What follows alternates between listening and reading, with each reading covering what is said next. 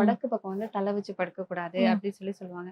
ஆனா குபேரர் பார்த்தா வந்து வடக்கு பக்கம் தான் வைக்கணும், வடக்கு பக்கம் தான் விளக்கு போடணும், வடக்கு பக்கம் தான் அவரை வழிபடணும். ஏன் வடக்குக்கும் குபேரனுக்கும் என்ன சம்பந்தம் என்னன்னா இருக்கு? அன்னபூர்ணி வந்து கிழக்க பார்த்த மாதிரி இருப்பாங்க. அன்னபூர்ணினாலே உங்களுக்கு வந்து அன்னத்துக்கு பஞ்சமே இருக்கக்கூடாதுன்னு தான். இப்ப அதெல்லாம் யாருமே பண்றது கிடையாது.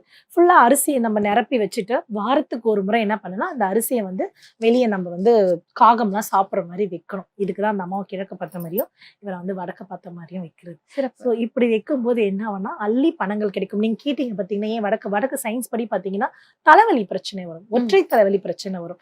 அதுவுமே தாயோட அதாவது 48 நாள் தொடர்ந்து நீங்க தூங்கினா மட்டும்தான் அந்த பிரச்சனை வரும் உங்களுக்கு. அதே தாய் கூட சேர்ந்து தூங்கும் போது உங்களுக்கு வந்து அந்த ப்ராப்ளம் வராது. தாய் இல்லாம தூங்கும் போது அவர் தலை வந்து துண்டிக்கப்படும்ன்றது அந்த கதையில இருக்கும். குபேரன் வந்து அவரோட திசை அது. அப்புறம் அவரோட திசை அப்ப அவர் இப்படி ஒரு வடக்கு இப்படி பாக்குறோம். அந்த அம்மா அன்னபூர்ணி அம்மாவுக்கு அந்த அன்னபூர்ணி அம்மாவுக்கு அரிசி நிறைய வைக்கணும் அப்படின்னா, அதாவது அந்த பணம் காசை அள்ளி கொடுப்பாரு. பெருமாளே பாத்தீங்கன்னா யாருக்கிட்ட கடன் வாங்கினாருன்னு தெரியும் உங்களுக்கு. இன்னமும் அடைக்க முடியலன்னு கதைகள் சொல்லப்படுது. அப்ப அவர் எந்த அளவுக்கு செல்வந்தர். அப்ப வருடத்துக்கு ஒரு முறை குபேரனை வழிபடுறதோ, வீட்டுல விளக்கேத்துறதோ நல்ல விஷயங்களா நடக்கும். காசு சவுண்ட் பாருங்க, கேட்டு பாருங்க, சொல்ல சொல்ல சொல்ல சொல்ல சொல்லன்னு இருக்கும். ஜாலியா இருக்கும். ஒண்ணு இல்ல, நமக்கே ஒரு மன அழுத்தம். நம்ம பிஸியா இருக்க மூளை கடவுள் நிறைஞ்ச மாதிரி இருக்கும். யாரை பத்தி நினைமா அடுத்து என்ன ஒரு கடுத்து என்ன ஒரு கடுத்து இப்படிதான் இருப்போம். ஃப்ரீயா இருக்க மூளை வந்து சாத்தான் புகுந்த மாதிரி.